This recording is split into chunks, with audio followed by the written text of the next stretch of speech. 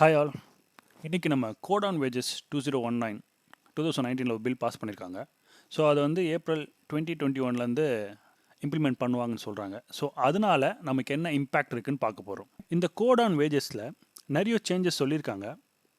இருந்தாலும் இன்றைக்கி நம்ம மெயினாக பார்க்க போகிறது என்னென்னா பேசிக் காம்போனன்ட் ரிலேட்டடாக ஒரு சேஞ்ச் சொல்லியிருக்காங்க. ஸோ அதுதான் இன்றைக்கி நம்ம பார்க்க போகிறோம். இதில் மெயினாக என்ன சொல்கிறாங்கன்னா, நம்ம வாங்குகிற கிராஸ் சேலரியில் அட்லீஸ்ட் 50% வந்து பேசிக்கில் இருக்கணும். மீதி அமௌண்ட் தான் அதர் பெனிஃபிட்ஸில் இருக்கணும். நம்ம பே ஸ்லிப் எடுத்து பார்த்தாலே தெரியும், அதில் நிறைய காம்போனன்ட் இருக்கும். ஸோ பேசிக் இருக்கும், then HRA, LTA, medical allowances, travel allowance, special allowance, அப்புறம் சில கம்பெனி ஸ்பெசிஃபிக்காக சில காம்போனன்ட்லாம் கொடுத்துருப்பாங்க. இதில் என்ன சொல்கிறாங்கன்னா, நீங்கள் எவ்வளோ காம்போனன்ட் வேணால் வச்சுக்கோங்க, அதை பற்றி கவலை இல்லை. பட் பேசிக் இருக்குல்ல, ஸோ பேசிக் வந்து உங்களுக்கு கிராஸில் இருந்து 50% அதில் இருக்கணும். ஸோ அதுதான் நம்ம மெயின்டைன் பண்ணோம். மோஸ்ட்லி இப்போ வந்து அந்த மாதிரி இருக்காது. ஒரு 30 to 40% தான் பேசிக் கொடுத்துருப்பாங்க. மீதி இருக்க 60% அதர் அலவன்சஸில் இருக்கும். ஸோ இப்போ இதை தான் ரீஸ்ட்ரக்சர் பண்ண சொல்கிறாங்க. இந்த ரீஸ்ட்ரக்சர் ஒர்க் கம்பெனி பார்த்துப்பாங்க. இதில் நம்ம கவனிக்க வேண்டியது என்னென்னா, இந்த ரீஸ்ட்ரக்சர்னால நம்மளோட டேக்கும் எப்படி இம்பேக்ட் ஆகும். ஸோ இவ்வளோ நாள் வாங்கின அதே சேலரி தான் நம்ம ஏப்ரல் 1 வாங்க போகிறோம். அப்ரைசல் ஃபேக்டரை நான் கன்சிடர் பண்ணல. ஸோ இவ்வளோ நாள் என்ன கிராஸ் வாங்கணுமோ அதே கிராஸ் வச்சு தான் நம்ம இப்போ கம்பேர் பண்ண போகிறோம். அதே கிராஸ் தான், பட் பேசிக் மட்டும் இன்க்ரீஸ் ஆகிருக்கு. ஸோ இந்த பேசிக் இன்க்ரீஸ் ஆனதுனால இந்த பேசிக்கை டிபெண்ட் பண்ணியிருக்க அதர் பேராமீட்டரில் இம்பேக்ட் இருக்கும். இங்கே நான் அதர் பேராமீட்டர்னு எது சொல்கிறேன்னா பிஎஃபோட கேல்குலேஷன் வந்து நம்ம பேசிக்கை டிபெண்ட் பண்ணி தான் இருக்குது. ஸோ நம்மளோட பேசிக் இன்க்ரீஸ் ஆனதுனால அல்டிமேட்லி பிஎஃப் இன்க்ரீஸ் ஆகும். ஸோ பிஎஃப் இன்க்ரீஸ் ஆனால் நம்மளோட சேலரியிலேருந்து தான் எடுத்து நம்ம பிஎஃப்பும் டெபாசிட் பண்ணுவோம். ஸோ அதனால நம்மளோட டேக்கும் குறைய வாய்ப்பு இருக்குது. குறையும்னா லிட்ரலாக குறையல, நம்ம காசு தான் இப்போ நம்மக்கிட்ட வராது, பட் பிஎஃப்ல டெபாசிட் பண்ணுறோம். லைட்டாக புரிஞ்ச மாதிரி இருக்கும், புரியாத மாதிரி இருக்கும். ஸோ அதனால் ஒரு சாம்பிளோட பார்த்தோன்னா ஒரு ஐடியா கிடைக்கும். ஸோ ஒரு சாம்பிளோட பார்க்கலாம். சாம்பிளுக்கு ஒரு பேஸ்லிப் எடுத்துட்டேன், இது கூகுள்லேருந்து தான் எடுத்தேன். ஸோ இதை வச்சு எப்படி இம்பேக்ட் இருக்குன்னு பார்த்துக்கலாம். கோட் ஆன் வேஜ் இம்ப்ளிமெண்ட் பண்ணுறதுக்கு முன்னாடி, அதாவது இப்போ எப்படி இருக்குது, கோட் ஆன் வேஜ் இம்ப்ளிமெண்ட் பண்ணால் அதுக்கப்புறம் என்ன இம்பேக்ட் இருக்குன்னு பார்க்கலாம்.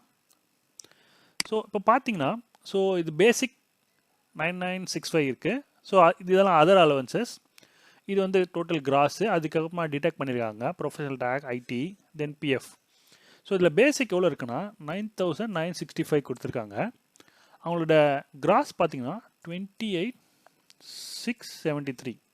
ஸோ ஃபஸ்ட் நம்ம கால்குலேட் பண்ண வேண்டியது, இப்போது அந்த பேசிக் எத்தனை பர்சன்டேஜ் இருக்குன்னு பார்க்கலாம். ஸோ அதுக்கு டிவைடட் பை கிராஸ் இன்டூ 100. அதுக்கு முன்னாடி ப்ராக்கெட் போடணும்.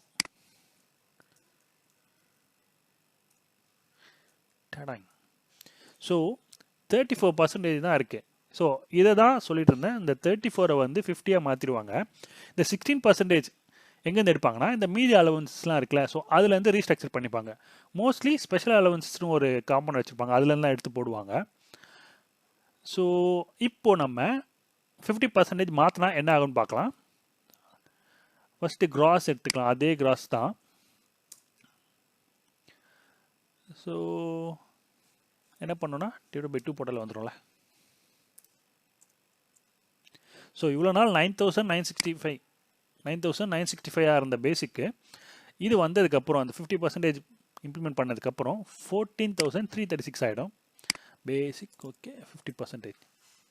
ஸோ இதுக்கு முன்னாடி எப்படி அவங்க பிஎஃப் கால்குலேட் பண்ணியிருக்காங்க பார்க்கலாம். பிஎஃப் கால்குலேஷன் இப்போதைக்கு பிஎஃப் மட்டும் பார்க்கலாம், மற்ற ரெண்டு வந்து பேசிக் டிபெண்ட் பண்ணிடல. ஸோ பிஎஃப் கால்குலேஷன் எப்படி இருக்குன்னா, நம்ம பேசிக்லேருந்து 12%. ஸோ பேசிக் நம்மளது எவ்வளோ 9000, அதுலேருந்து 12% போடணும்னா 0.12 போட்டிங்கன்னா எவ்வளோ பிஎஃப் வந்துடும். ஸோ இங்கே எவ்வளோ இருக்குது 1196. இங்கேயும் 20 பைசா காணும், அது விட்டுருலாம். இப்போது 20 பைசா தானே. ஸோ அதே மாதிரி இங்கே வாங்க, இங்கே வந்து சேம் ஃபார்முலா தானே, காப்பி பேஸ்ட். ஓகே, ஸோ இங்கே பார்த்தீங்கன்னா உங்களுக்கு தெரிஞ்சிடும், இவ்வளோ நாள் 1195 தான் பிஎஃப் கொடுத்துட்டு இருந்தீங்க. இந்த வேஜ் இம்ப்ளிமெண்ட் பண்ணதுக்கப்புறம், இந்த கோட் இம்ப்ளிமெண்ட் பண்ணதுக்கப்புறம் 1720 கொடுக்குற மாதிரி ஆகும். ஸோ அதாவது எக்ஸ்ட்ரா எவ்வளோ கொடுக்குறீங்க, 524 போகும். ஸோ அதனால் என்ன ஆகுனா, இவ்வளோ நாள் நீங்கள் எவ்வளோ வாங்கிட்டு இருந்தீங்க, அந்த நெட் பேன்றது டேக் ஹோம், ஓகேங்களா, கிராஸ்லேருந்து டிடக்ஷனுக்கு அப்புறமா வர்றது நெட் பே டேக் ஹோம். ஸோ இவ்வளோ நாளாக எவ்வளோ வாங்கிட்டு இருந்தீங்கன்னா 28,673 வாங்கிட்டு இருந்தீங்க.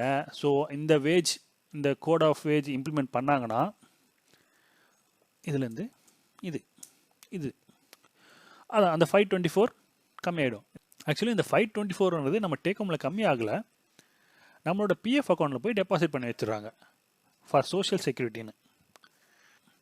இதே மாதிரி எம்ப்ளாயரோட பிஎஃப் கான்ட்ரிபியூஷன் இருக்கும், அது நம்மளோட கிராஸில் வராது, பட் சிடிசியில் வரும்.